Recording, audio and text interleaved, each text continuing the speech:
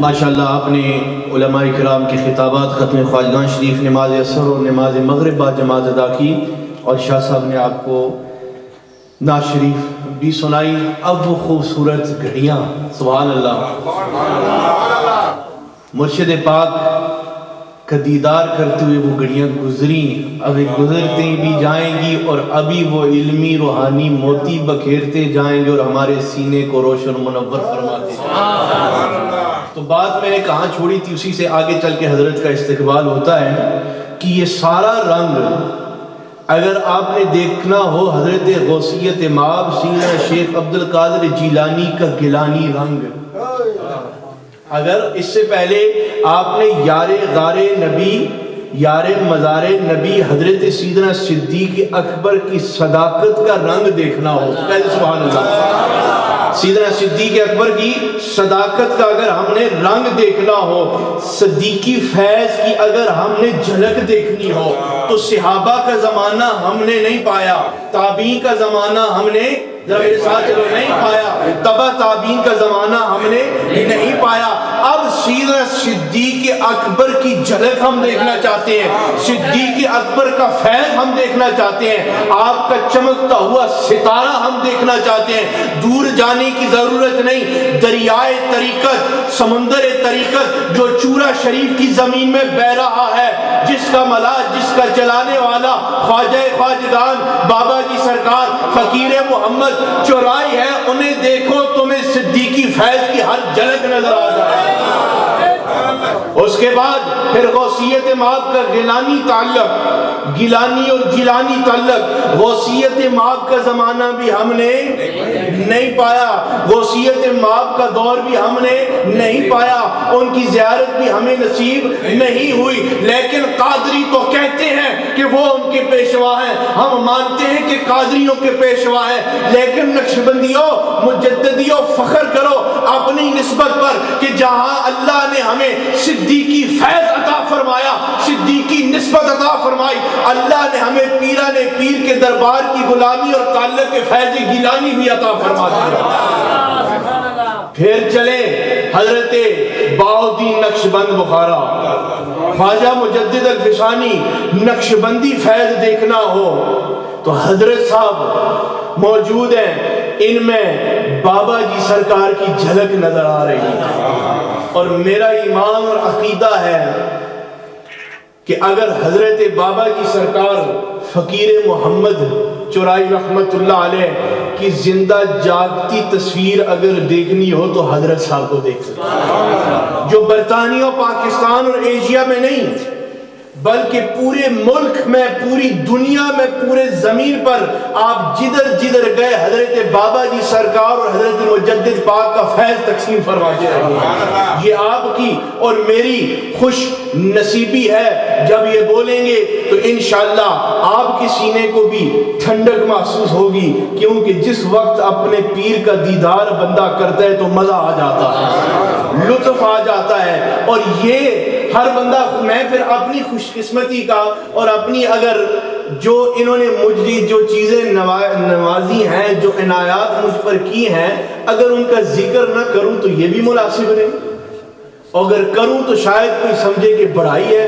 حقیقت میں بڑھائی ہے کہ یہ قسمت والوں کو نصیب ہوتی ہے.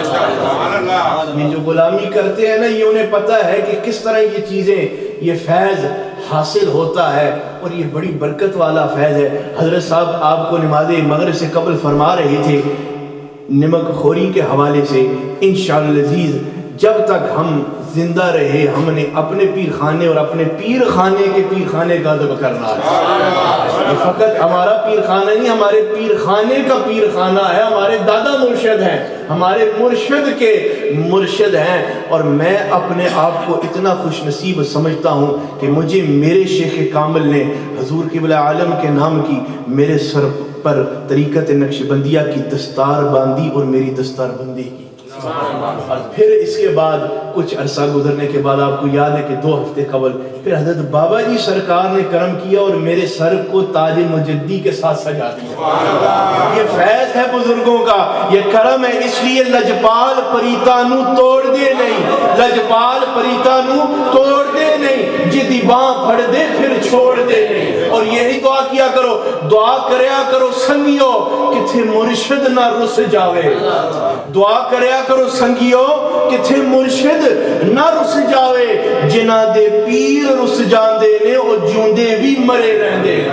اور ہم خوش کیوں ہیں؟ وہ کسی نے کیا خوب کہا کہ کوئی ساوی وے ونگ مایا, کسی نے کیا کہا کوئی ساوی وے ونگ مایا, کوئی ساوی وے ونگ مایا, دل پیا تاں خوش ہوندا ہے سیدہ نال ساڈا سنگ مایا, دل پیا ساڈا تاں خوش ہوندا ہے سیدہ نال ساڈا سنگ مایا. ہر حال میں تعظیم کرو اہل ابا کی, ہر حال میں تعظیم کرو اہل ابا کی, کیونکہ نظر آتی ہے ان میں جھلک شیر خدا کی. اور وابستہ رہو دامان اولاد نبی سے, اور وابستہ رہو دامان اولاد نبی سے, کیونکہ وفا کی امید حشر میں اسی گھر سے ہے. میری اور آپ کی خوش نصیبی کہ قبلہ حضرت صاحب یادگار اسلاف پیر طریقت آفتاب علم و حکمت حضرت خواجہ خواجگان حضرت سلطان الاولیاء پیران پیر پیر بابا فقیر محمد چرائی رحمت اللہ علیہ کی جانشین حضرت بابا جی سرکار حضرت خواجہ پیر سید شبیر علی شاہ صاحب نقشبندی مجددی مدذ الوالی سجادہ نشین آستانہ عالیہ نقشبندیہ مجددیہ فقیریہ چورا شریف, اب آپ اپنے علمی روحانی خطاب سے مجھے اور آپ کو نوازیں گے. آپ نے اپنے جاگنے کا ثبوت پیش کرنا ہے, جاگتے ہیں نا, تھکے تو نہیں ہیں انشاءاللہ, آپ جاگتے رہیں گے. پیر کا دیدار تو مردے کو بھی زندہ کر دیتا ہے. ہم تو بحمدی تعالیٰ زندہ بیٹھے ہوئے ہیں, ہم تو زندہ پیروں کو ماننے والے ہیں. ہمارا ایمان ہے کہ جس وقت حضرت بابا جی سرکار کی اولاد کے ساتھ ہم محبت کرتے ہیں تو ہمارا ایمان اور عقیدہ ہے کہ بابا جی سرکار اپنے مزار پر انوار سے دیکھ رہے ہیں. اور اگر چورا شریف, اور خوش ہو رہے ہیں, اگر چورا شریف تک ہم نہیں جا سکے تو چورا شریف والوں کے قدموں میں بیٹھ کر ہم چورائی فیض تو حاصل کر سکتے ہیں. نعرہ تکبیر, تکبیر کے نعرے پر ایک ہاتھ, رسالت کے نعروں پر دو. نعرہ تکبیر, ذرا پیار سے نعرہ تکبیر, نعرہ رسالت, نعرہ رسالت, نعرہ رسالت, نعرہ تحقیق, نعرہ حیدری, آستانہ عالیہ سرہند شریف, آستانہ عالیہ چورا شریف, حضرت خواجہ خواجگان سلطان الاولیاء بابا جی سرکار فقیر محمد چرائی, خواجگان چورا شریف, شہزادگان چورا شریف, حضور قبلہ عالم پیر سید شبیر علی شاہ صاحب نقشبندی مجددی. اللہ اللہ اللہ اللہ اللہ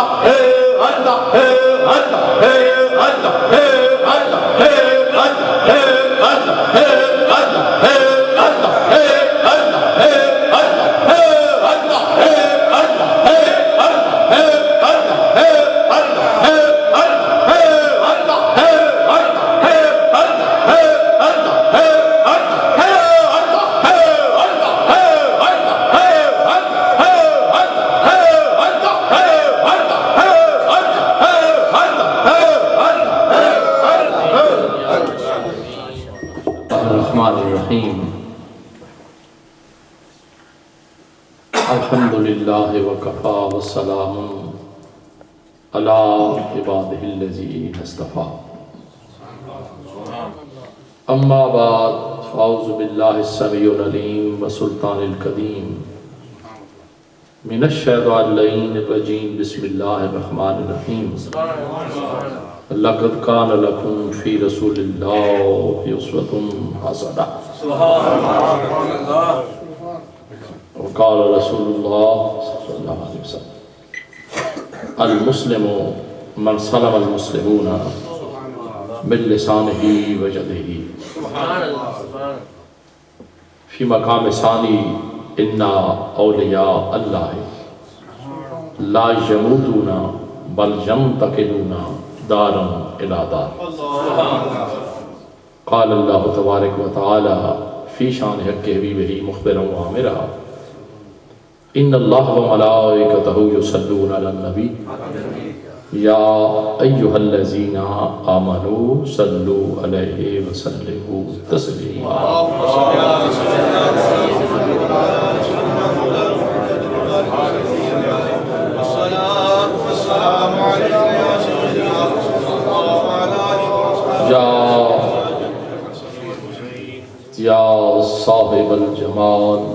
سید البشر پورے مکر کے بابا یا صاحب الجمال و یا سید البشر یا صاحب الجمال و یا سید البشر من وجهك المنیر لك النور لا يمكن الثناء كما كان حقه بعد از خدا آپ توئی قصہ مختصر تو غنی از ہر دو عالم من فقیر روز معاشر عذرہائے من پذیر گر تو را بینی حسابم ناگزیر از نگاہ مصطفیٰ پنہاں بھی. اور عقیدہ جو ہے ہمارا ہمارے اسلاف نے ہمیں دیا ہے، بزرگوں نے کرم کیا ہے اور اس عقیدے پہ ہمیں چلایا ہے کہ بندہ پروردگارم امت احمد نبی، بندہ پروردگارم امت احمد نبی، دوست دار چار یارم تابع اولاد علی، مذہب حنفیہ دارم ملت حضرت خلیل، خاک پائے غوث اعظم زیر سایہ الحبیب.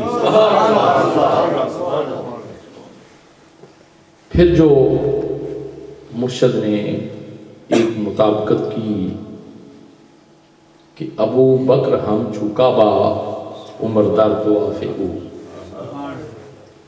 ابو بکر ہم چوکا با عمر در طواف او، عثمان آب زمزم علی حج اکبر است. علی امام منست و منم غلام علی، علی امام منست و منم غلام علی، ہزار جان گرامی فدایت بنام علی. میرے واجب الاحترام ساتھیوں، نماز عصر کے وقت کا یہ سلسلہ شروع ہے. آپ نے آقا کریم حبیب علیہ السلام، آپ ایسے کریں بھئی تھوڑے تھوڑی دیر آ جائیں، یہ جگہ بہت خالی پڑی ہوئی ہے، بھاگنا پڑا تو پھر تو کوئی بھی نہیں بھاگ سکے گا، تو آپ ادھر آ جاؤ، آگے آ جاؤ، اٹھو ایک ایک قدم اٹھو. ہم نے تو بڑا سفر کرنا ہے، اب واپس جانا ہے راشدل ڈیرے پہ. تو یہ ایک سلسلہ آپ نے آقا کریم لا ریب اور بے عیب، لا ریب اور بے عیب نبی کریم کی ثناخوانی آپ نے سنی،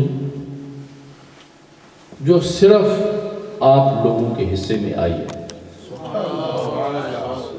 اور کسی کے حصے میں بھی نہیں. سرکار کی نعتخوانی ثناخوانی آپ لوگوں کا مقدر ہے. آپ نعت پڑھتے بھی ہیں، نعت سنتے بھی ہیں. نعت پڑھنے کے لیے کوئی آواز، کوئی لے کی قید نہیں ہے کہ کوئی آواز میں پڑھے تو پھر وہ ذرا تھوڑا سا اس میں رنگ آ جاتا ہے، مگر اس کے لیے کوئی قید نہیں ہے. پڑھنے کی قید ہے کہ سرکار کی ثناخوانی کریں. یہ آپ کا مقدر ہے اور تمرہ امتیاز ہے. حضور قبلہ شاہ جی صاحب نے ایک بڑی پرانی نعت جو آج سے کم از کم 50-60 سال پہلے لکھی گئی. ہندوستان میں ایک شہر ہے سنبھل، وہاں پہ ایک سیدزادہ ہو گیا ہے سرکار اجمل سنبھلی رحمت اللہ علیہ، جو ان کی لکھی ہوئی نعت. اور ان کے ساتھ اتنی زیادتی ہوئی، بہت کچھ مارا پیٹا، حتیٰ کہ ہونٹ بھی کاٹ دیے، مگر سگنا خانی سرکار کی نہیں چھوڑی۔ اب جو کلام لکھنے والا اتنے ذوق میں اور اتنے عشق و مستی میں لکھے تو پھر اسے پڑھا جائے تو اس میں کیوں نہ آئے رنگ ایک ضرور پیدا ہو۔ حافظ صاحب نے بھی اپنی حاضری لگوائی، سب دیکھ رہے ہیں۔ مولانا نے بھی ایک اپنا حق محبت جو ہے وہ ادا کیا۔ اس سے مراد یہ نہیں ہے کہ من تورا حاجی بگویم تو مرا قاضی بگو، کہ میں تجھے حاجی صاحب کہوں گا اور تو مجھے قاضی صاحب کہنا۔ حقیقت ہر حال حقیقت ہوتی ہے۔ بزرگوں کا فرمان ہے کہ ایک جھوٹ کو سچ ثابت کرنے کے لیے 100 جھوٹ بولے جائیں تو وہ پھر بھی جھوٹ جھوٹ ہی رہتا ہے، وہ اپنے مقام پہ قائم رہتا ہے۔ 100 دلیلیں دینے سے بھی وہ سچ نہیں بنتا، وہ جھوٹ ہی رہتا ہے، کیونکہ اس کی بنیاد جھوٹ پہ، کذب پہ ہے۔ تو جو کل جا کے بات سچ ثابت ہونی ہے اسے آج ہی کیوں نہ سچ کہا جائے۔ آنے والا مورخ جو ہے وہ جھوٹا ثابت کرے گا تو کیا فائدہ اس کا؟ کوئی فائدہ نہیں۔ جو بات ہے وہ ہے، ازہر من الشمس ہے، آفتاب آمد دلیل آفتاب۔ سورج کے طلوع ہونے کی اس کے سوا کوئی دلیل نہیں ہے کہ سورج طلوع ہو گیا، روشنی ہو گئی، آفتاب آمد دلیل آفتاب۔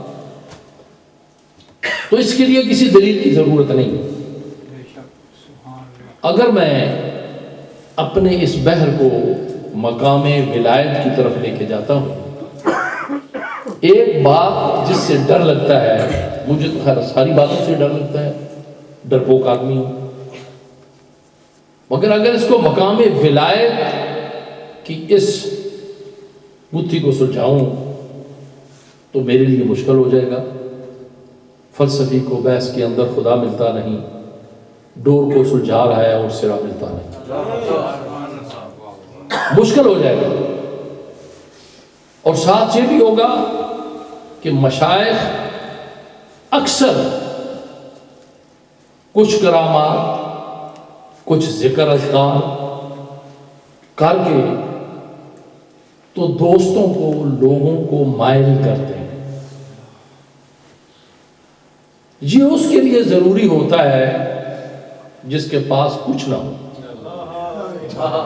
اور یہ اس کے لیے ہوتا ہے جس کا کوئی نہ ہو،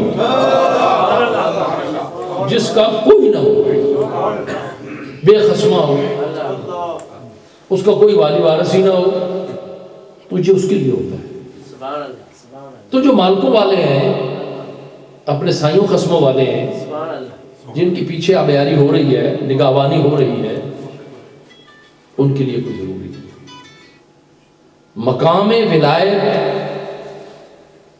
کے اوپر شاید میرا خیال ہے کہ دوست شاہد ہیں کہ میں نے کبھی بحث نہیں کی، اس لیے کہ ہیں اپنے بھی خفا مجھ سے اور بیگانے بھی ناخوش۔ میں زہر حلاحل کو کبھی کہہ نہ سکا کم، کہتا ہوں وہی بات سمجھتا ہوں جیسے حق، نہ آولہ مسجد ہوں نہ تہذیب کا فرزند۔ کیا وہ جو مقام ولایت تھا جس کے اوپر وہ فائز المرام تھے، کیا وہاں تک ہماری رسائی ہے؟ غوث زمان تو کہہ دیا، مگر کبھی دامن کھول کے ذرا اندر رات کی تنہائی میں بیٹھ کے جھانکیں، محاسبہ کریں۔ مراقبہ تو بعد ہے، مقام تصوف میں پہلے محاسبہ ہے۔ محاسبہ کرو پھر مراقبہ کرو. محاسبے اور مراقبہ کیا ہوگا کہ آپ مصلی پہ بیٹھیں، اپنی آنکھوں کو بند کر لیں، سر کو جھکا لیں. اور سر کو کیوں جھکائیں؟ شرم کی وجہ سے، حیا کی وجہ سے، کہ میں بارگاہ کریم میں ہوں، وہاں پہ سر اٹھا کے بات کرنی جرم ہے. اس لیے حکم ہے کہ جب تم نماز میں کھڑے ہو تو تمہاری نظریں جو ہیں وہ مقام سجدہ پر ہوں. یہ ادھر ادھر نہ دیکھتی ہوں، مقام سجدہ پر.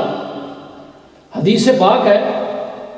کیا یہ مقام کم ہے کہ ایک شخص جو ہے وہ رسول کریم کا شاگرد ہے، مرید ہے، آپ کی محفل میں بیٹھنے والا ہے؟ کیا یہ مقام کم ہے؟ مگر سرکار نے دیکھا کہ ایک شخص سرکار کا غلام اپنی داڑھی سے مبارک سے کھیل رہا ہے، ایسے ایسے کر رہا ہے. سرکار نے فرمایا نظر جو ہے وہ اپنے مقام سجدہ پر رکھو. تو سر کو جھکا کے اپنے دامن میں جھانک کے، جیسے ہے نا کہ سلطان بہو سرکار نے فرمایا تھا اے تن تیرا حجرا رب دا اتھے پا فقیرہ چاہتی ہوئی، شوق دا دیوا بال اتھیرے تیری لب جے چیز کھڑاتی ہوں، نہ کر منت تو خواجہ خضر دی تیرے اندر آب حجاتی. تو جب وہ محاسبے کی منزل میں پہنچے گا، اپنا محاسبہ کرے گا کہ کیا میں اس قابل ہوں. غوث زمان تو کہہ دیا، پتہ نہیں کیا کیا کہہ دیا، اور اس سے شرم محسوس ہوتی ہے. میں واللہ آپ کو صحیح بتا رہا ہوں، مر کے مٹی ہو جاتی کہ میرے مولا اتنی عمر بیت گئی، زندگی بیت گئی، شاید ابھی اس مقام پہ بھی نہ پہنچے ہوں جو مقام بندگی ہے. مقام بندگی ہے، شاید اس مقام تک بھی ابھی نہ پہنچے. تو آگے والی منزل تو بڑی دور ہے کہ شاید اس مقام پہ بھی نہ پہنچے ہوں. اس لیے کہ حق تو یوں ہے کہ حق ادا نہ ہو. وہ لوگ جو ساری رات مصلی بھیگ جاتے تھے، اپنی خلوتیں جلوتیں اس اللہ کی بارگاہ میں گزارتے تھے. اور پھر وہ لوگ جن کی تدبیر خدا کی تقدیر بنتی تھی. اس لیے کہ آقا نعمت نے ارشاد فرمایا لا يرد القضاء الا الدعاء.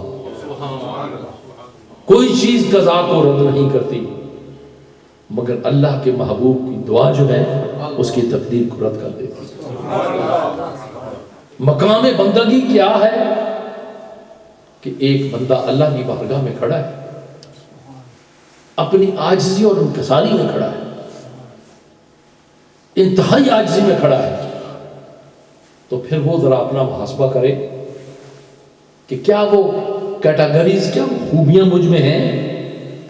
اگر ہیں بھی تو پھر بھی سر جھکائے، اگر نہیں ہے تو پھر طلب کرے. مانگنے والے کو دنیا بھی نہیں دیتے ہیں، طلب کرے اسے، مانگے، ہر وقت مانگے، ہر گھڑی مانگے اور سب کچھ مانگے. وہ اس بندے پہ رب خوش ہوتا ہے، راضی ہوتا ہے جو مانگے، ہر وقت مانگے، ہر گھڑی مانگے اور سب کچھ مانگے.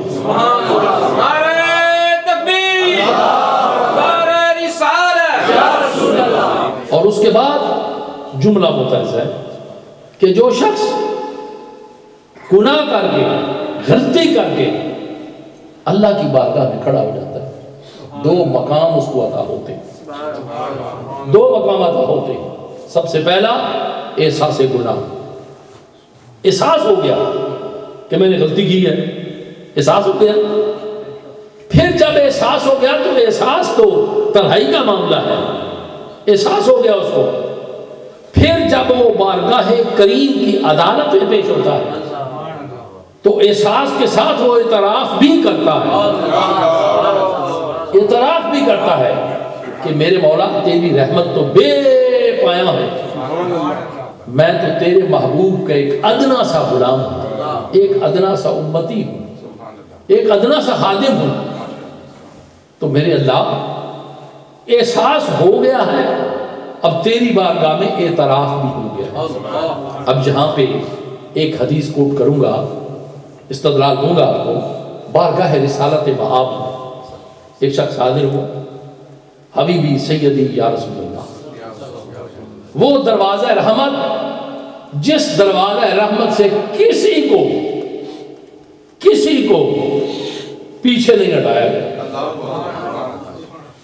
جیسے شاہ صاحب پڑھ رہے تھے نا، گدا تو پھر گدا ہے، تو شاہوں میں بتا دو جس کو میری سرکار سے ٹکڑا نہ ملا،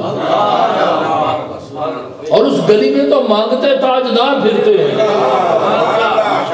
مانگتے تاجدار پھرتے ہیں۔ اپنی مقام ولایت کے عروج پر جو لوگ ہیں، معراج پر جو لوگ ہیں، وہ بھی اپنے دل کو کاسہ گدائی بنا کر سرکار کی گلیوں میں گھومتے ہیں۔ تو ایک شخص حاضر ہوگا، حبیبی یا رسول اللہ، ایک شخص دن سارا اس نے گناہ میں گزار دیا، کیا حکم ہے؟ حکم ہوتا ہے رحمت للعالمین کا سونے سے پہلے توبہ کرو۔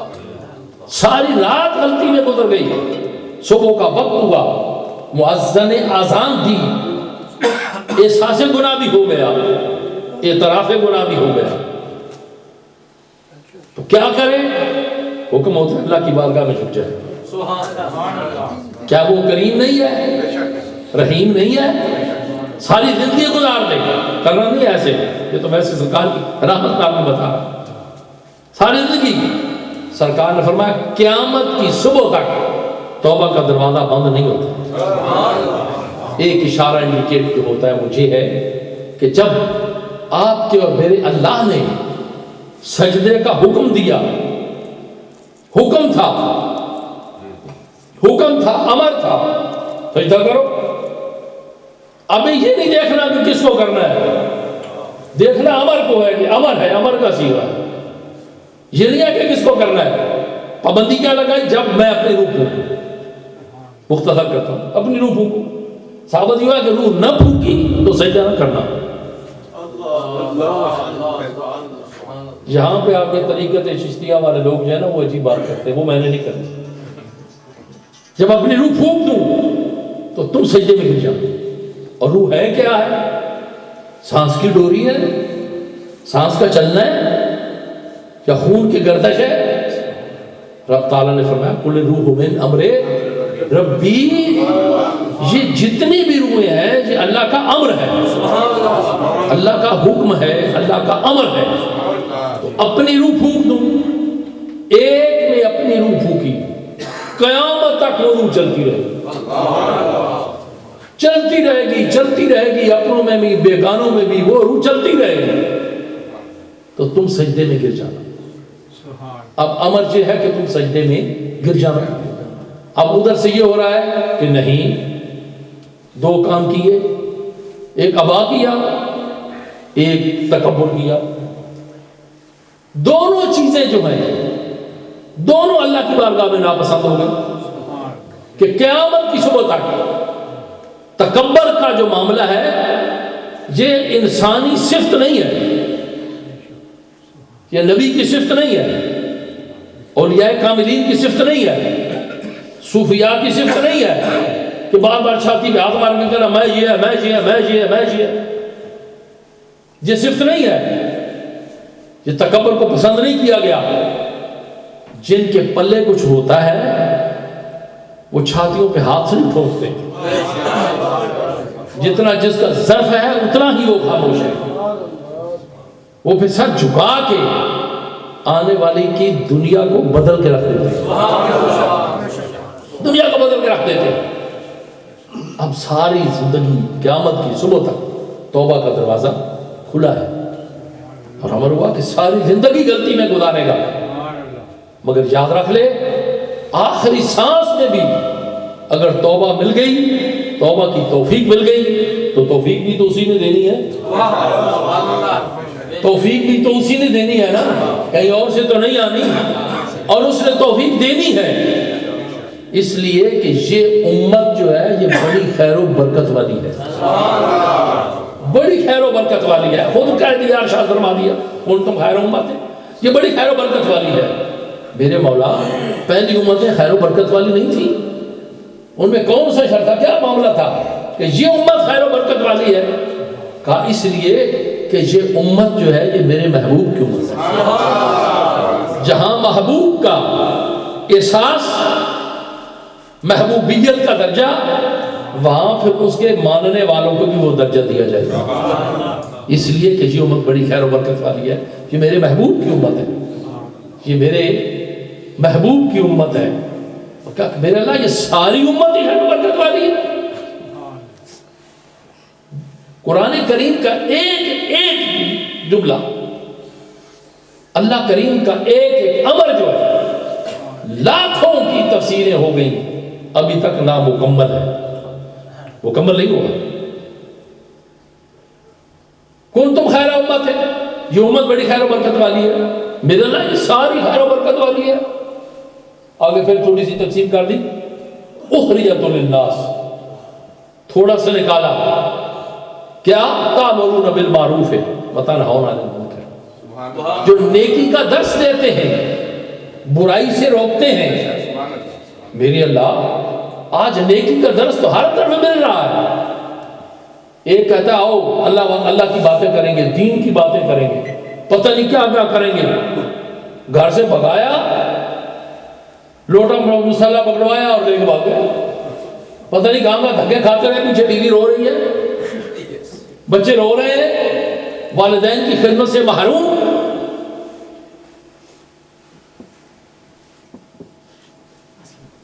سلام، سب ساتھ ٹھیک ہیں؟ ہمارے خطہ پٹوار میں ایک معروف خانقاہ ہے جو بڑی محبوبوں کی خانقاہ ہے، حضرت سرکار عبداللہ دیوان حضوری، جس کو تمام اس وقت کے صوفیوں نے بغداد ثانی کہا ہے، بغداد ثانی کہا ہے۔ یہ چھوٹا سا میرا بیٹا ان کی اولاد سے ہے، چشم و چراغ ہے، اور اس گھرانے سے مجھے جو بڑی محبت ہے، وہ اس لیے کہ دیوان حضوری کی اولاد میں بھی ایک بزرگ تھے، سرکار غلام نواب الدین، جن کی خلافت جو تھی وہ بابا جی شراحی سے تھی، چھوڑا کسی کو بھی نہیں،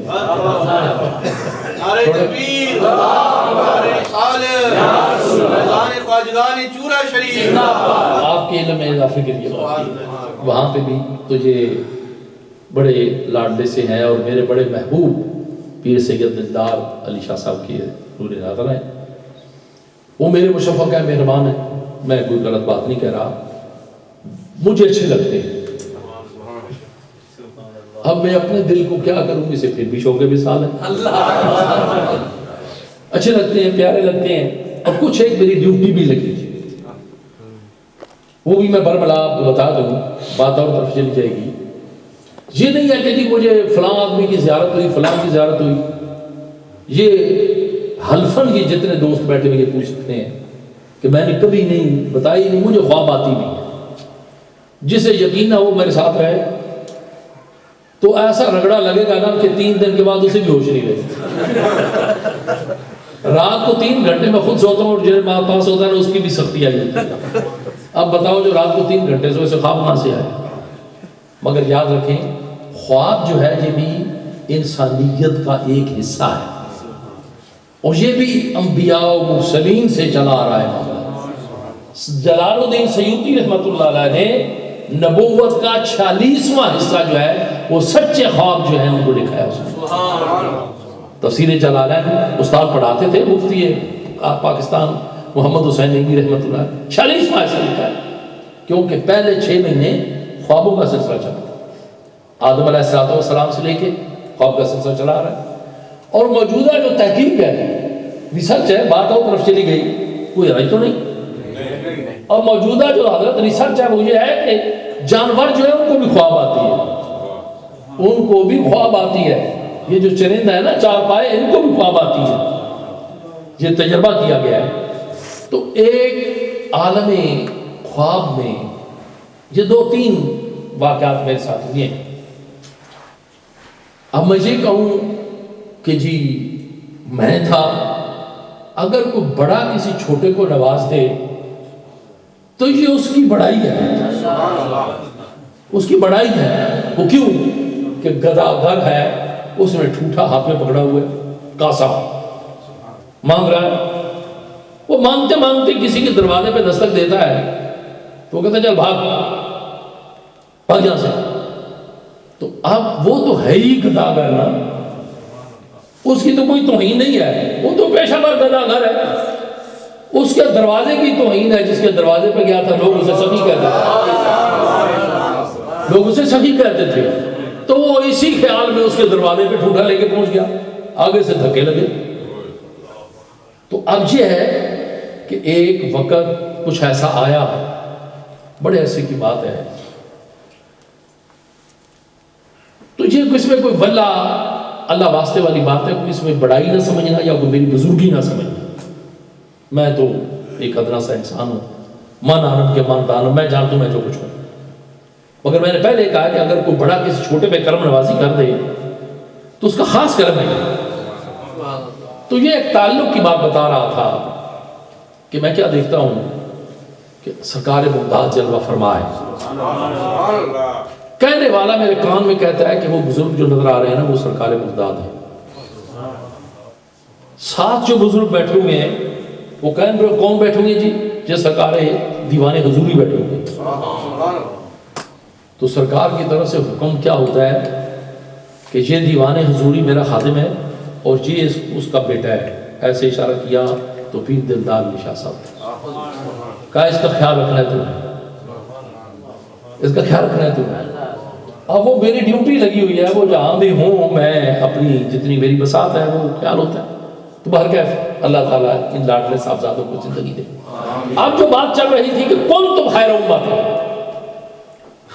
کیا جو امت ساری خیر برکت والی ہے، لاکھوں کروڑوں کی تعداد میں اخرجت للناس تأمرون بالمعروف وتنہون عن المنکر، وہ شخص جو نیکی کا درس دے اور برائی سے روکے، یہ تو سارے ہی ایسا کرتے ہیں، برائی سے روکتے ہیں، اچھائی کا درس دیتے ہیں، سارے ایسے ہیں۔ پھر کیا حکم ہوا؟ ان اکرمکم عند اللہ اتقاکم، اکرم کا لفظ ہے، اکرم کا، کہ ان کو اکرم اور مکرم کیا، تم میں سے ممیز کیا، ممتاز کیا ان کو، جو تم میں تقوی سے آگے ہیں اور پرہیزگاری سے آگے ہیں۔ اب وہ تقوی اور پرہیزگاری کیا سبق دیتا ہے؟ کیا یہ سبق ہے کہ خدا کی زمین کو روند ڈالو؟ کیا یہ سبق ہے کہ عجیب انداز سے جو ایک اپنا ایک انداز بناؤ؟ مرشد طریقت، مرشد طریقت۔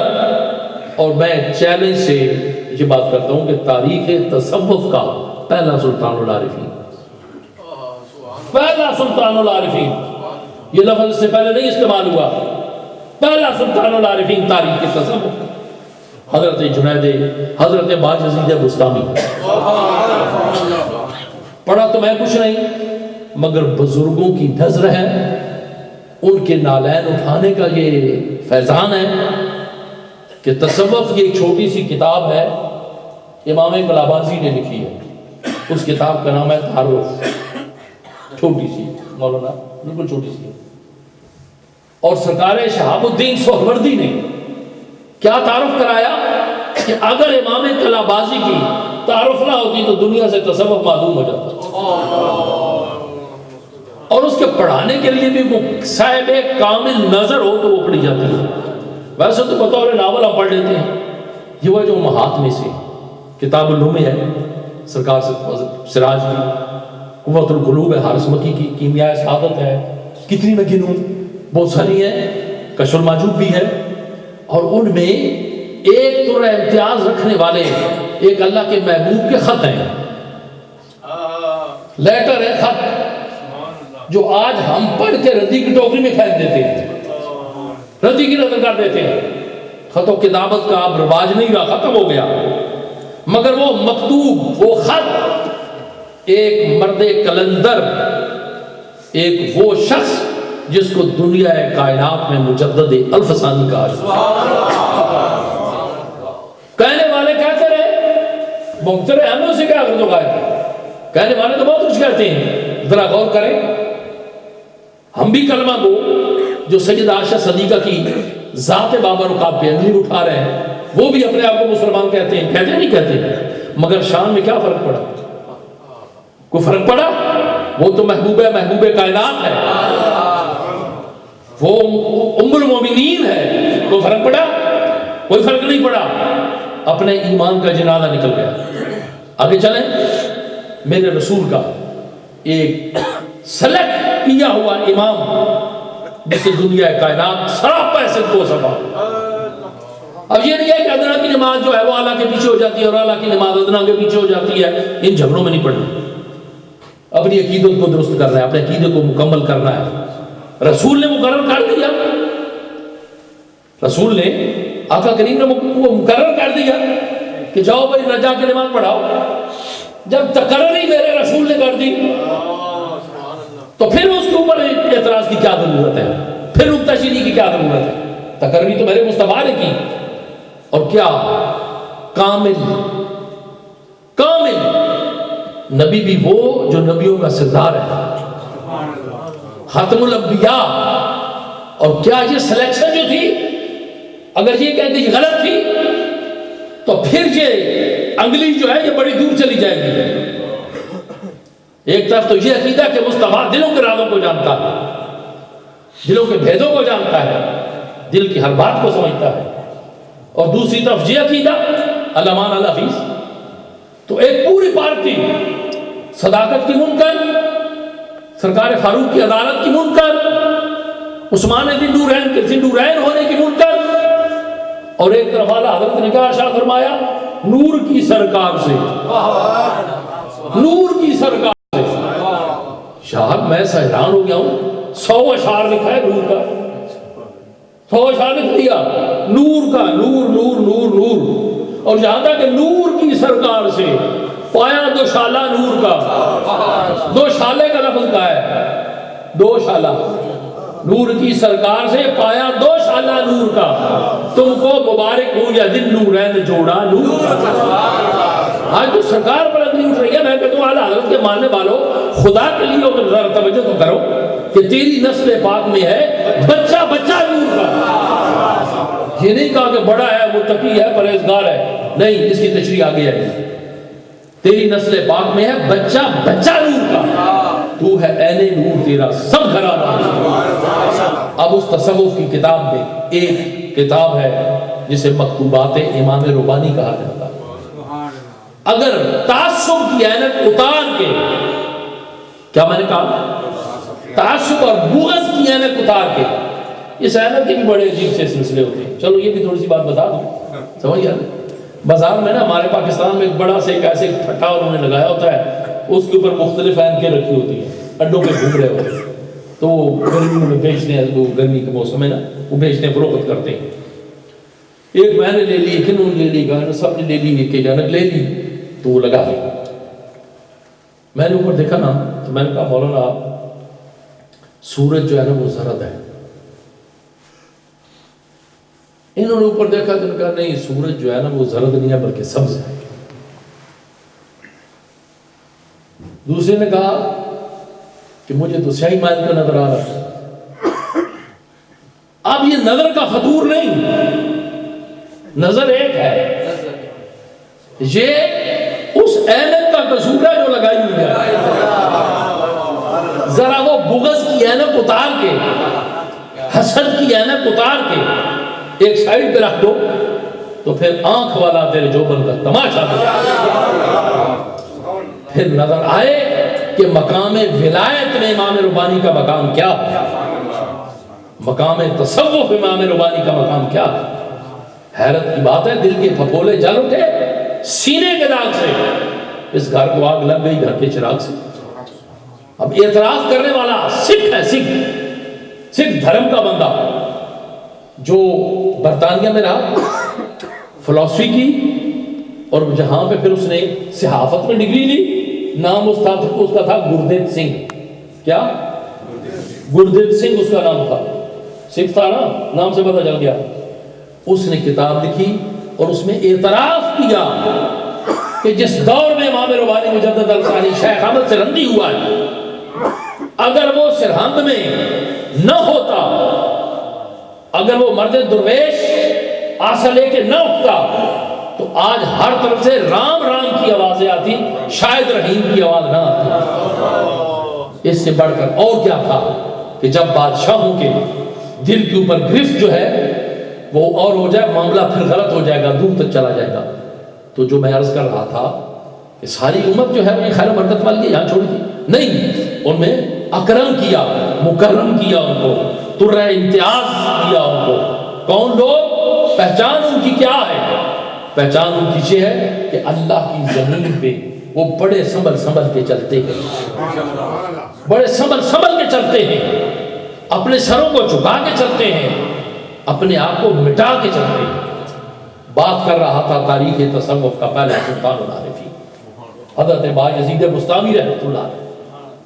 آج 5-10 دن خدمت کی، راستہ پکڑا، اللہ کا فیصلہ، عرض کی کہ مجھے سرکار کو اسم بتا دے، اور اسم بھی اسم اعظم بتا، نیچے بریک نہیں لگائی، اسم بھی اسم اعظم بتا دیں۔ آپ نے فرمایا کہ اس کے لیے ایک برتن ہے، اس کو مانجنا پڑتا ہے، اس کی صفائی کرنی پڑتی ہے، جب وہ چارے کونے صاف ہو جائیں، اس کے اندر ایک چمک پیدا ہو جائے، وہ برتن اس قابل ہو جائے، اتنی طہارت اور پاکیزگی آ جائے، تو پھر اس میں وہ نور کا قطرہ ڈالا جاتا ہے، نور کا قطرہ اس میں ڈالا جاتا ہے۔ برتن کی صفائی ضروری ہے، قلب کی صفائی ضروری ہے۔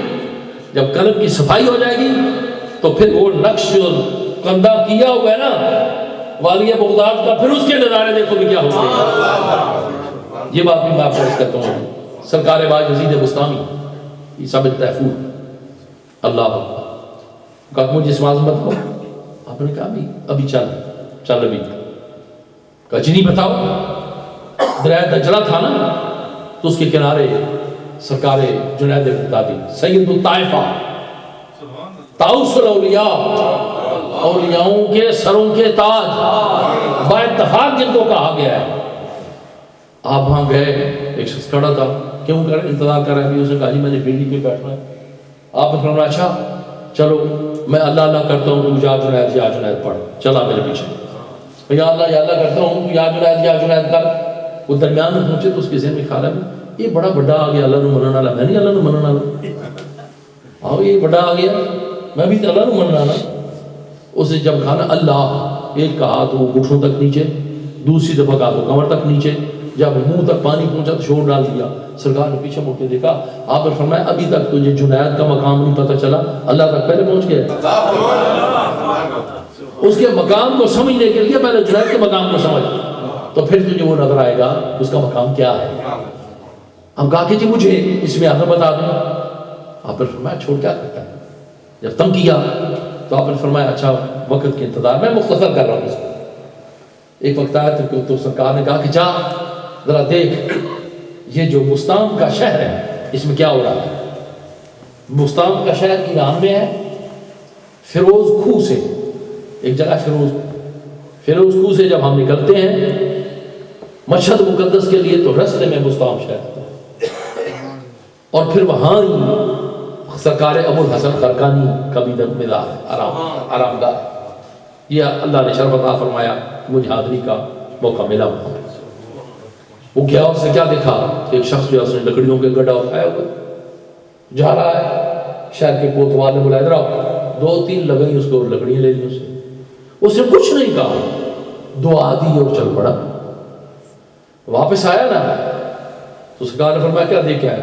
اس نے کہا جی دیکھنا کیا تھا، بوڑھا آدمی تھا، لکڑیوں کا گڈھا اٹھایا ہوا تھا، اور اس کوتوال نے اسے لکڑیاں بیچارے سے لے لی اور اسے مارا بھی۔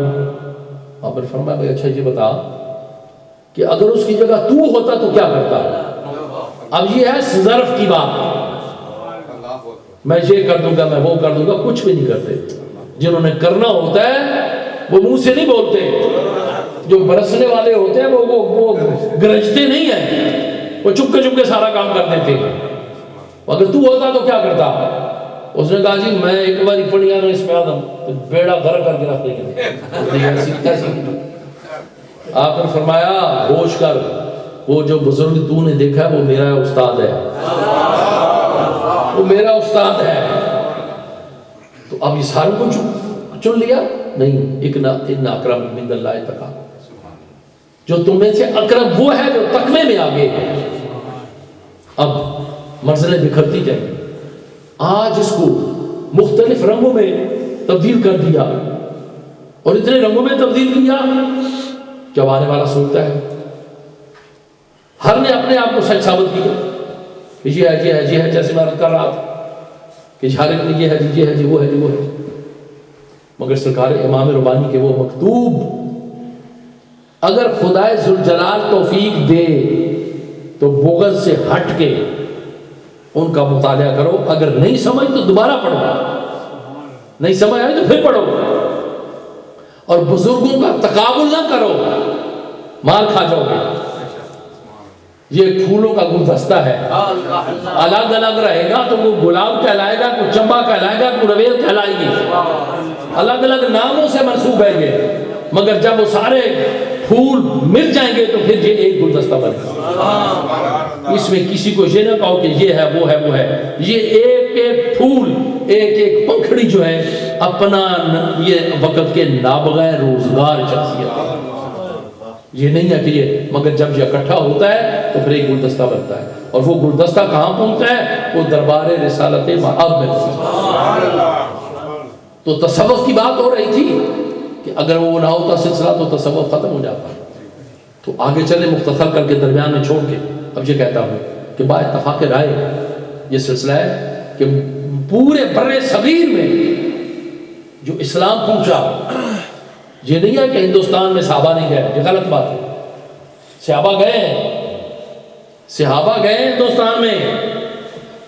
اور جو سب سے پہلا ہندوستان کا مسلمان تھا وہ مالا بار کا ہندو تھا، ریاست مالا بار کا ہندو تھا. ہوا کیا؟ باہر گھوم رہا ہے، اس نے دیکھا کہ چاند دو ٹکڑے ہو گئے. گن کیسے کیا؟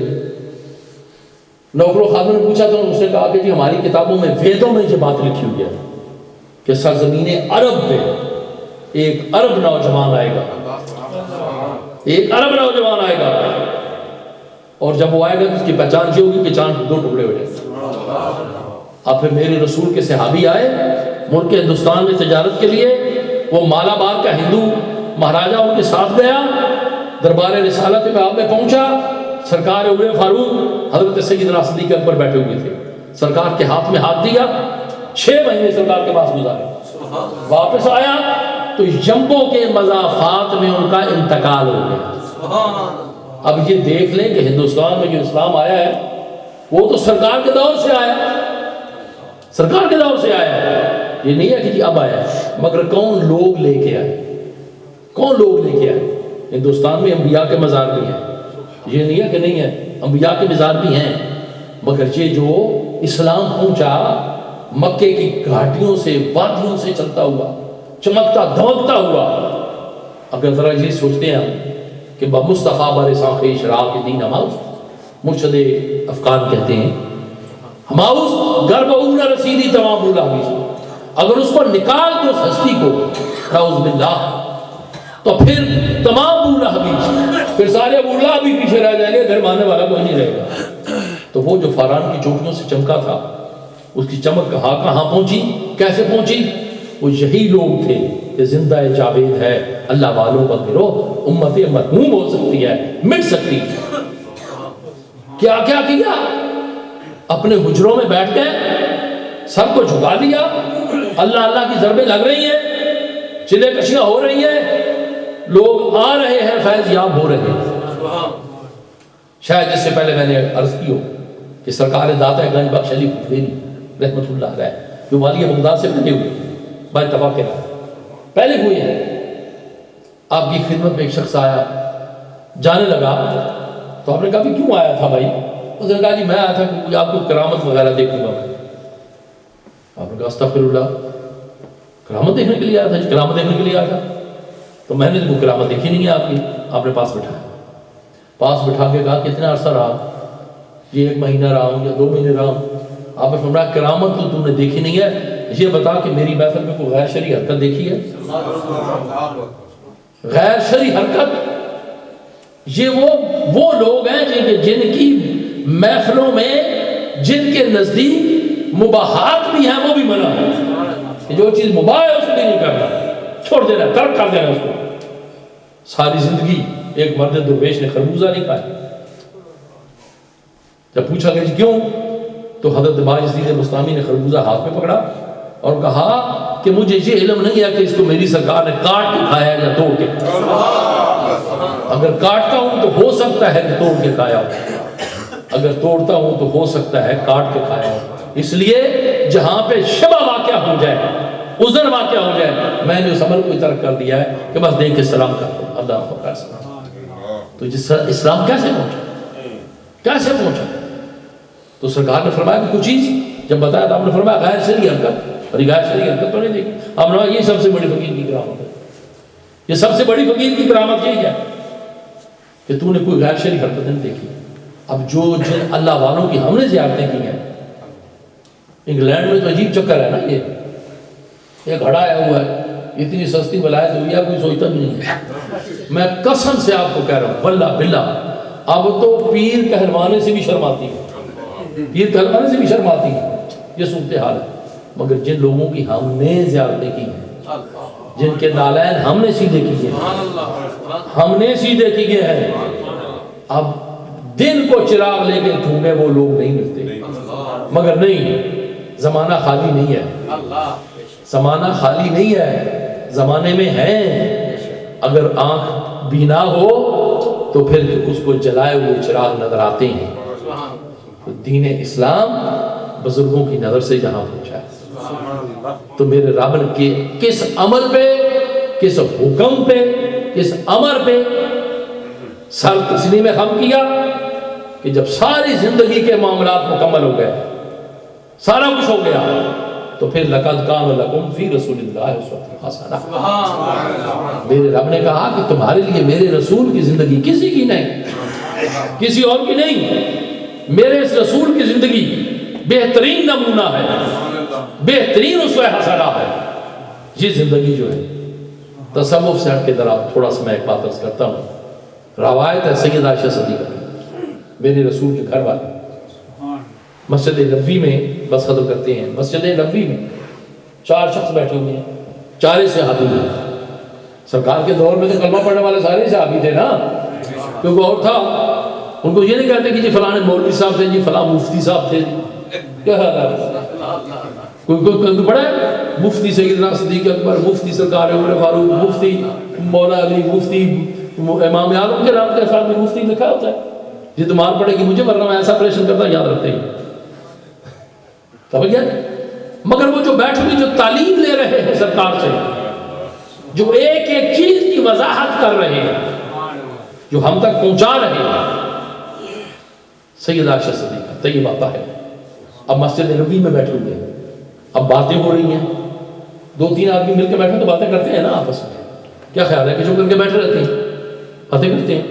تو نے کہا کہ یار دنیا سے میرا جی اتنا بھر گیا ہے, اتنا بھر گیا ہے میرا جی, کہ اب میرا جی چاہتا ہے کہ میں دنیا کو چھوڑ دوں, ترک کر, اور بالکل جنگل بیابان میں چلا جاؤں اور وہاں جا کے اللہ کی عبادت کروں.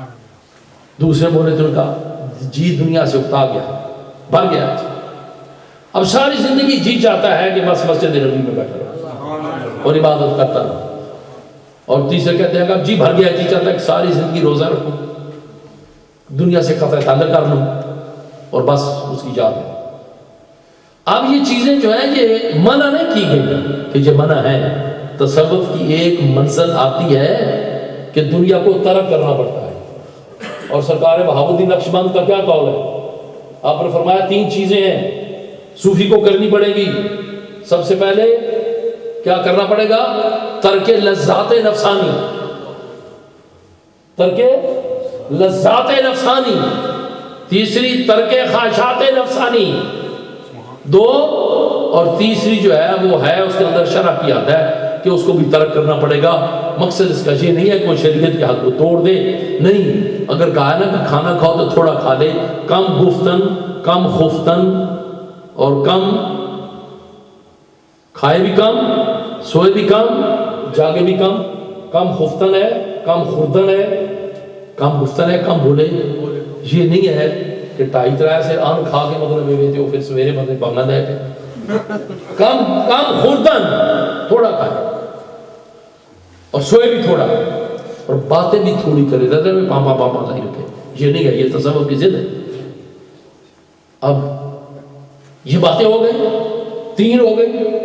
سیدہ عائشہ صدیقہ نے سنی تو آپ دل میں خوش ہو کہ اسلام کا اتنا عروج، اتنی بلندی، مقام قرب خداوندی کی کہ یہ گھر چھوڑنے کو تیار ہو گئے ہیں. جانیں قربان کرنا تو ایک نہیں، لاکھوں ملتے ہیں جنہوں نے جانیں قربان کی تھی.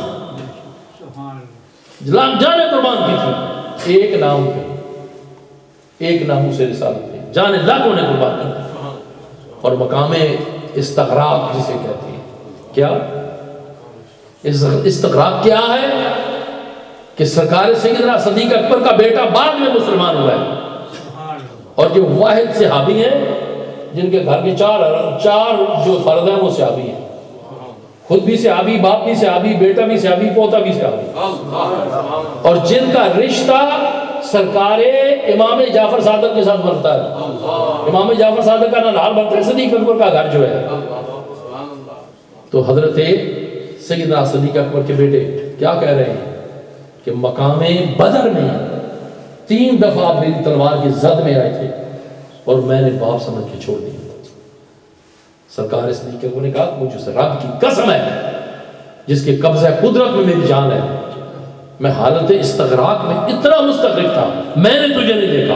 اگر تجھے دیکھ لیتا تو پھر تیرا فیصلہ صدیق کی تلوار کرتی اور ایک تلوار کا وار کرتا تیرا سر جدا کر کے رکھ لیتا، اس لیے کہ تو اس وقت میرے مصطفیٰ کے خلاف تھا اور میں مصطفیٰ کریم کی تابعداری میں تھا. اب ذرا سوچیں، جو خون کے پیاسے تھے، تلواریں بے نیام کی، وہ بھی دربار رسالت میں آپ میں پہنچے تو تلواریں گر گئی. وہ جو خون کے پیاسے تھے ان کو دعائیں دیں، ابائیں دیں، کبائیں دیں. جو رستے میں کانٹے بچھاتے تھے ان کے لیے جنت کی بشارتیں تھی. جنہوں نے سنگ باری کی ان کے لیے دعا کی. یہ نہیں ہے کہ بدلہ لو نہیں. پتھر مارے گئے اور چشمے زدن میں پھر وہ پتھر مارنے والے جو تھے وہ قدموں میں گر گئے. ابھی تو یاد خون بھی خشک نہیں ہوا، ابھی تو چوٹیں بھی خشک نہیں ہوئی، ابھی تو خشک نہیں ہوا معاملہ، تو وہ قدموں میں گرے ہوئے ہیں. اب زخموں کی فکر نہیں ہے، اب وہ نہیں ہے کہ انہوں نے پتھر مارے ہیں. نہیں، آؤ گلے لگ جاؤ. یہ ہے میرے رسول کا اسوہ. گلے لگایا ان کو، ان کے تکبیریں پلٹ کے رکھ دی اور پھر اس شہر کے لیے اور ان شہر کے رہنے والوں کے لیے رسول اللہ نے دعا فرمائی. اب جو عرض کر رہا تھا آخری بات ہے کہ اب یہ 3 باتیں 3 سے ابھی کر رہے ہیں. سرکار عائشہ صدیقہ خوش ہو جب سید دو عالم کا آنا ہوا، سرکار پہنچے تو آپ نے خوش ہو کے یہ کہا کہ جی میں نے سنا ہے. مائی صاحبہ فرماتی ہیں کہ سرکار کا چہرہ متغیر ہو گیا، اتنی جلدی میں اٹھے کہ کندھے پہ ردا مبارک رکھی، چل پڑے مسجد نبی میں پہنچے. نکارا بج گیا، اکٹھے ہو گئے سارے. اب ممبر پہ جلوہ فرما. آپ نے فرمایا میری زندگی پہ تم پہ شک ہے؟ تم کو شک ہے؟ لقد کان لکم فی رسول اللہ صلی اللہ علیہ وسلم. شک ہے؟ سونے پہ شک ہے، جاگنے پہ شک ہے، میرے روزے پہ شک ہے، شب بیداری پہ شک ہے؟ نہیں، کیسے ہو سکتا ہے؟ شک کیسے ہو سکتا ہے؟ تو آپ نے فرمایا تمہارے اوپر تمہارے جسموں کا بھی حق ہے، تمہارے اوپر تمہاری اولاد کا بھی حق ہے، تمہاری بیویوں کا بھی حق ہے۔ بوقت ضرورت عبادت کرو، اللہ کی بارگاہ میں کھڑے ہو جاؤ۔ اور صوفیوں کا ایک جملہ، ہاتھ کار وال دل جار وال۔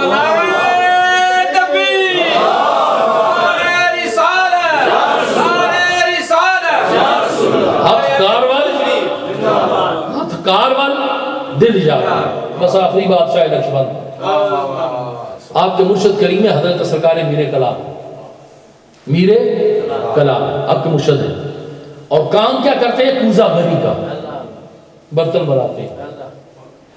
یہ نہیں ہے کہ وہ کمہار ہیں، کہہ کہ وہ ہے، کوزہ گری کا کام کرتے ہیں۔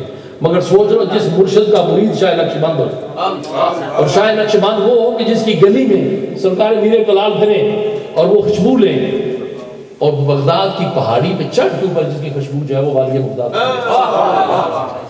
والی بغداد سونگے۔ اور مرد درویش ہندوستان کی سرزمین پہ آرام کرنے والا، آج شرم اور غیرت نہیں آتی کہ کیا کیا جو اپنے منہ سے کہہ دیا؟ ذرا یہ بتاؤ کہ پیران پیر کو دستگیر کہتے ہو نہیں کہتے ہو؟ بولو، کہتے ہیں نا؟ صاحب علم جو ہے کہتے ہیں، صاحب محبت کہتے ہیں، پیران پیر دستگیر، اور بڑے فخر سے یہ کہتے ہیں، اور فخر کرنا چاہیے اس مقام پہ کہ جی الحمدللہ ہم قادری ہیں، مگر اسے موغز نہیں بنانا چاہیے کہ یہ طریقت کو موغز بنا کے رکھتے ہیں کہ جی ہم قادری ہیں باقی سب ایسے ہی ہیں، نقشبندی کہیں گے اور نقشبندی باقی سارے ایسے ہی ہیں، نہیں، سب رسول اللہ کو غلام۔ اب ذرا یہ بتاؤ کہ وہ شخص بغداد میں بیٹھ کے زندگی میں ایک دفعہ اپنی قلم سے سید نے لکھا ہے، ایک دفعہ، باقی نہیں، کوئی بھی نہیں ملتا ہی، قصیدے میں وہ بھی آتا ہے۔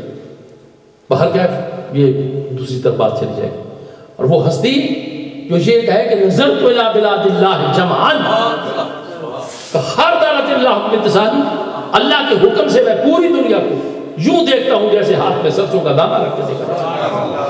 اور وہ ہستی بغداد سے اپنا جبہ مبارک اتار کے امانتاً سپرد کر دے۔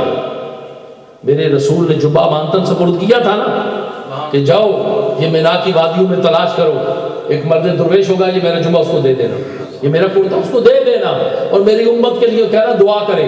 اللہ کا نبی دعا خود نہیں کر سکتا تھا، کیا کوئی کمی تھی؟ رو رو کے مصطفیٰ نے دریا بہا دیے۔ جبہ جو ہے والی بغداد نے سپرد کیا، کہا یہ جبہ رکھ لو، سرزمین ہندوستان پہ شیخ احمد نام کا ایک بندہ سرزمین سرہند پہ ہوگا، یہ میرا جبہ ان کو سپرد کر دے۔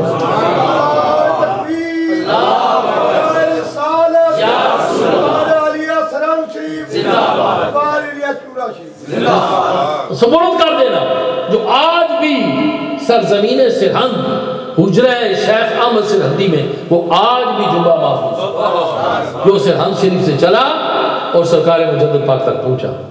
اگر کوئی غلطی خامی ہوتی تو میرا خیال ہے جبہ نہ آتا۔ جو آج بھی ہمیں سہارا دے رہے ہیں، آج بھی ہماری دستگیری کر رہے ہیں، آج بھی ہماری رہنمائی کر رہے ہیں، بغداد میں بیٹھ کے سارے جہان کو دیکھ رہے ہیں۔ جبہ بھیجا تو ویسے ہی بھیج دیا، مجھے کیوں نہیں بھیجا؟ کسی اور کو کیوں نہیں بھیجا؟ چاہیے تجھے تھا کسی اور کو بھیج دیتے، سپیشل کام ادھر بھیجو۔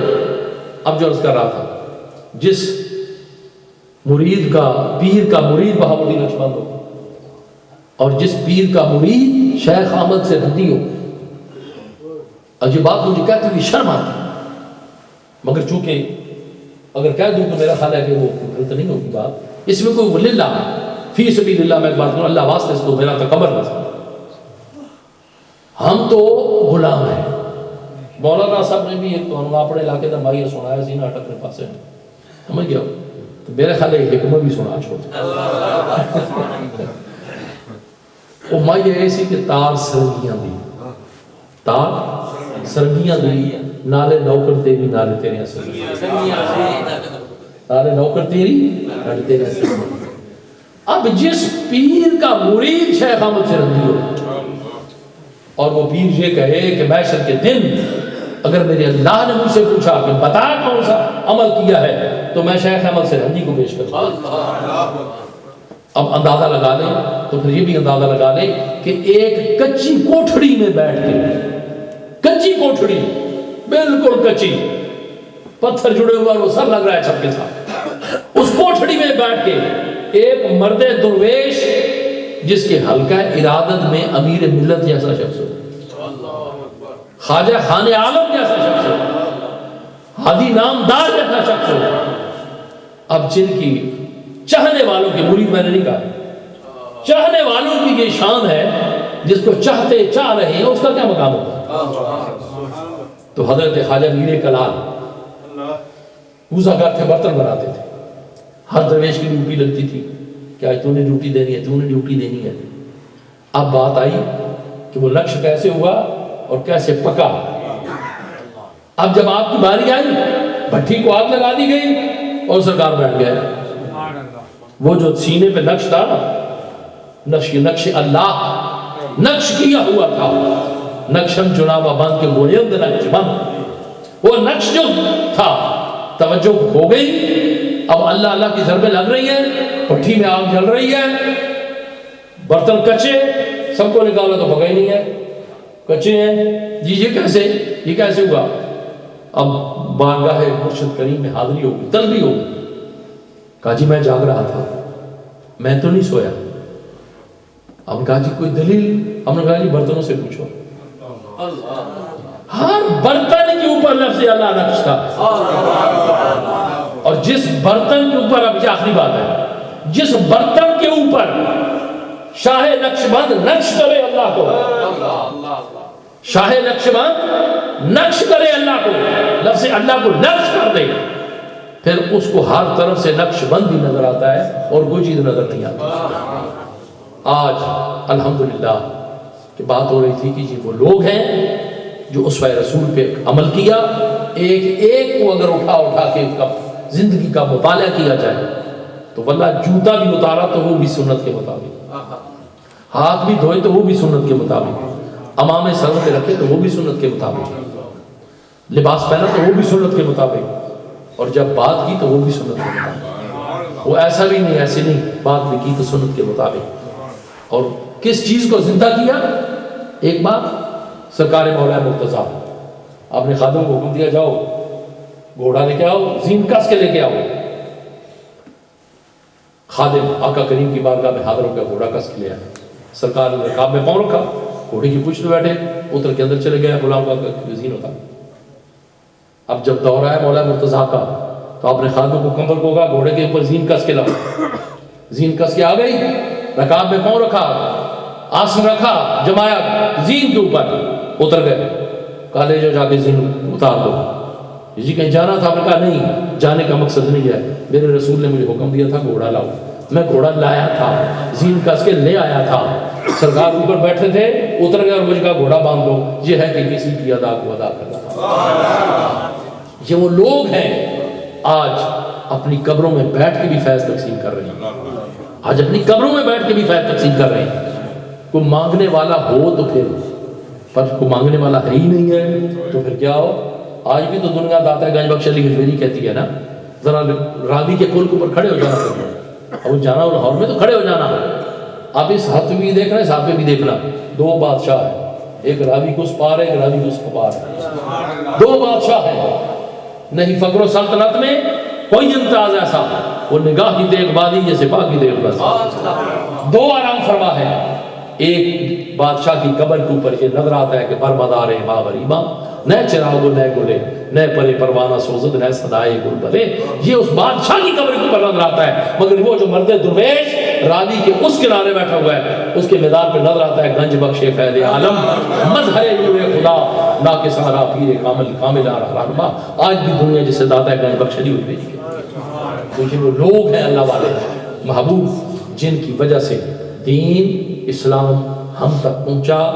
الحمدللہ کہ آج ہم مسلمان ہیں، اپنے ملک میں کلمہ پڑھ رہے ہیں، سارا کچھ کر رہے ہیں، کیونکہ ان لوگوں کی نگاہ کا فیض ہے۔ اللہ تعالیٰ محبوب کریم کے صدقے سے سب کی حاضری جو ہے وہ قبول فرمائے، شرف قبولیت، درجہ استجابت عطا فرمائے، اور وہ لوگ ان کے نقش قدم پر چلنے کی توفیق عطا فرمائے۔ وہ لوگ کیا تھے، کیسے کیسے لوگ تھے، یار مجھے سمجھ نہیں آئی کہ بابا جی نے جمع لگایا کہ یہ جماعت علی شاہ جی سنو کہ اب لنگر شید جانوروں سے لے جاؤ پنڈی والے پاسے جاؤ تو دینوں اگے ایک جگہ ترقی موڑ پبی دے وچ ایک مسجد سی جڑی ہن پاسے ہٹ کے بنی ہے وہ سڑک ڈبل ہو گئی ہے تے او جس اوتھے سلسلہ پہنچیا نا ایک گل مینوں چک ہاشمیاں دے پیر محمد ابراہیم ہاشمی صاحب نے سنائی سی گرمی پانی ہے ہی کوئی نہیں جانور بے ہوش ہونے لگ پے تے بابا جی نے مصلی بچھایا تے لمبے پے میرے اللہ انہاں چوں ایک بھی اگر مر گیا نا تے میرے اتنے داغ آئے گا تے تو کرم فرما بارش اتنی وسیع کہ چورش پہنچنے تک بارش وسطی پھر اس مرد درویش نے بھی کمال کیتا کہ پھر جتھے امیر ملت دا مصلی بچھا سی اتنے مسجد بنی پھر آج بھی مسجد بنی ہوئی آج بھی مسجد میدان حضرت امیر ملت تو وہ آج بھی اور یہ جو امیر ملت کا سلسلہ ہے یہ اس میں بڑے بڑے کچھ پردہ نشینوں کے بھی نام آتے ہیں پردہ نشینوں کے بھی نام آتے ہیں اس وقت کیا کیا گیا تھا میں یہ بتا نہیں سکتا مجھے ڈر لگتا ہے مار پڑتی ہے ورنہ وہ دستار ملت کی امیر کی جو تھی وہ ٹیبل پہ پڑی ہوئی تھی 3000 کا وہ خالی علماء و مشائخ کا بنارس کے مقابلے 3000 کوئی تھوڑے لوگ نہیں تھے 3000 کا اور وہ دستار جو تھی وہ ٹیبل پہ پڑی ہوئی تھی اب میں یہ پوچھتے بتاؤ وہ دستار کس نے سر پہ رکھی پتہ ہے کس نے رکھی امیر ملت ہو گئی وہ دستار کس نے رکھی حیران ہوں گے اور یہ آپ کے کہہ رہا ہوں آپ کی ایک اسے کیا کہتے ہیں کہ اس کی ترقی کے لیے کہ آپ اب اس میں آپ کے معلومات میں اضافہ ہو اور یہ دستاروں کا بھی بڑا عجیب جھگڑا ہوتا ہے نا یہ بھی سلسلہ چلتا ہے وہ بادشاہ فوت ہوا نا خاندان مغلیہ کا تو 2 بیٹے تھے ایک مرید تھا سرکار مجدد پاک کا جس دنیا اور زیب عالمگیر کہتی ہے ایک اور شیخ کا مرید تھا اپنے شیخوں کی طرف آگے ایک پہلے پہنچ گئے بعد میں پہنچا تو جو شیخ مجدد پاک کی بارگاہ میں حاضر ہوا آپ نے کہا معصوم کی طرف دیکھ خواجہ معصوم کے پاس پہنچا آپ نے فرمایا بھاگ دلی کی مسجد میں ایک شخص جھاڑو دے رہا ہے چلا جا بھاگ اس کے پاس اب دستار اس کے پاس ہے جس کے سر پہ سجا دے گا اب وہ بھی چونکہ مجدد پاک کا مرید تھا بھاگا دلی کی مسجد میں دیکھا کہ ایک بابا جی جھاڑو دے رہے ہیں کہا بابا جی ذرا ادھر آئے بولا کہ نہ تو دستار اتار کے اندر بابا جی ذرا پکڑو میں وضو کروں یہ سنت سرکار دی میں زمین ترک نہیں سکتا دستار پکڑا دی تھی وضو کر کے ہاتھ باندھ کے کھڑا ہو گیا کہنے لگا یہ سر پہ رکھ دو یہ سر پہ رکھ دو خواجہ نظام الدین اولیاء تاریخ فرشتہ تاریخ ہندوستان اٹھا کے دیکھو رات کو آپ کی بارگاہ میں ایک شخص آیا تھا وہ بامر تھا ہندو تھا روٹی مانگی ایک ٹکڑا خشک روٹی کا انگلی پہ رکھ کے دیا آپ نے فرمایا یہ چبال ہے یہ دلی کی حکومت ہے یہ دلی کی حکومت ہے تاریخ کہتی ہے 6 مہینے دہلی کے اوپر گنگو بہمنی کی حکومت رہی وہ ایک ٹکڑا روٹی کا جاتا وہ دلی کی حکومت ہاتھ باندھ کے کھڑا ہو گیا ان کا بھی آپ اپنی دستار میں جھگڑا ہو گیا آخر پہ مسکرا کے فرمایا ان کو جا کے کہنا کہ اپنے سرے سے اتار کے میرے سرے نہ بھیجا کر اب سر کے اوپر دستار رکھی اور دہلی کی ہندوستان کی حکومت ملی ایک جھاڑو کش نے اس کو دی اور جب یہ دستار رکھی گئی تھی ٹیبل پہ 3000 کا حضرت مجمع تھا خالی علماء و مشائخ کا لگا باقی ناظرین جو تھے وہ الگ تھے اور بڑی دوڑیں لگی ہوئی تھی نام میں نہیں لینا ہمیں منع کیا بزرگوں نے وہ دستار ٹیبل پہ پڑی تھی ہر فرقے کے لوگ تھے ہر نظریے کے لوگ تھے اور سوچے تو صحیح کہ وہ دستار کس نے اٹھائی مولوی محمد اسحاق مانسروی جو ہندوستان کے اہل حدیثوں کا امام تھا اہل حدیثوں کا مولوی محمد اسحاق مانسروی اٹھائی اور کھڑے ہو کے کہا کہ پورا یہ جو مجمع ہے ہم تسلیم کرتے ہیں کہ پوری ملت کا امیر اگر کوئی ہے تو وہ جماعت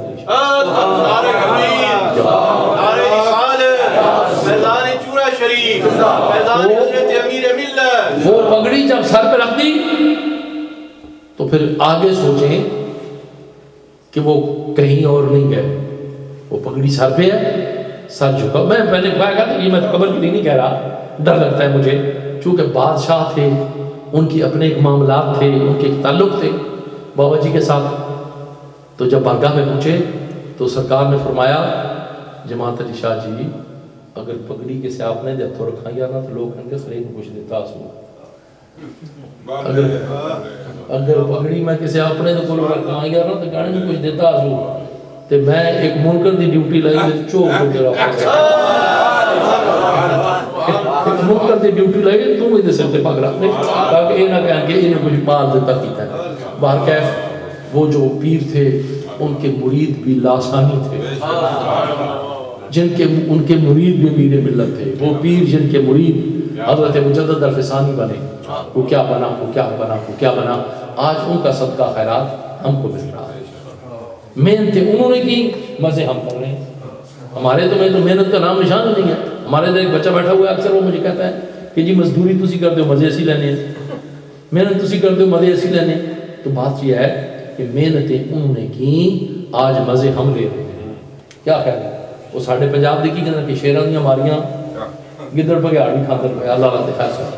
تو باہر کیا ہے اللہ تعالیٰ ان پاک بازوں کے نقشے قدم پہ چلنے کی توفیق عطا فرمائے جن کے معاملے میں یہ نہیں تھا کہ یہ دور سے آیا ہے، یہ نزدیک سے آیا ہے، یہ گورا ہے، یہ کالا ہے، یہ کون ہے. نہیں، جو بھی آیا پھر وہ بابے بولے شاہ صاحب والی بات ہے کہ چلو دیکھیے اس مستاننے نو جدی وچ ترجنا پیندی ہے تم وہ وحدت دے وچ رنگدا ہے. نہیں پوچھتا ذات کے کون ہو تم. جو اب یہ نہیں پوچھا گیا کہ دور سے آیا ہے یا نزدیک سے آیا یا کدھر سے آیا ہے. جو آیا اسے اپنے گلے سے لگایا. میں نے تو کتے کے بچے کو بھی دیکھا کہ فقیر کی چارپائی پہ بیٹھا تھا تو فقیر نے کہا کہ کتے کے بچے کو بھی اٹھا لو. اس نے فقیر کی پناہ دی. کتے کے بچے کو بھی اٹھوایا، ٹوکری میں ڈلوایا، کہا ایسے بھی اٹھا لو. یہ جدھر جاتا تھا ایسے پتھر پڑ رہے تھے. اب ایک فقیر کی پناہ سے لیا. اب اگر میں اسے چھوڑ گیا تو پھر کیا بنے گا؟ اب دنیا تو پتھر مار رہی ہے، فقیر نہیں اسے چھوڑ سکتا. اس کتے کے بچے کو بھی فقیر نے اٹھایا اور اپنے ریت پہ لے آیا. یہ مقام ہے، مقام فقر ہے. کتنا بلند شاہی سے ربش کسی کی گدایاں نہ ہو تو کیا کہیے. اب خود ہی کو بھیک مانگنا شروع کر دے تو اس میں تو ایک نہیں ہو سکتا. وہ الگ الگ سے اللہ تعالیٰ اچھے عمل کی توفیق عطا فرمائے. انداز بیان گرچہ بہت شوق نہیں ہے، ممکن اتر جائے پھر دل میں میری بات. اللہ تعالیٰ اچھے عمل کی توفیق عطا فرمائے. اور تیری رحمتوں کا دریا سر عام چل رہا ہے، مجھے بھیک مل رہی ہے، میرا کام چل رہا ہے. میرے پاس جو بھی کچھ ہے خیرات مصطفیٰ کی تیرے ٹکڑوں پہ ہی آقا یہ غلام پل رہا ہے. اور آخری بات اسی پہ ہمیشہ میں ختم کرتا ہوں کہ آؤ میں ڈھولا کراں بیفداری میں مبدی مقامہ تو جتیا میں ہاری.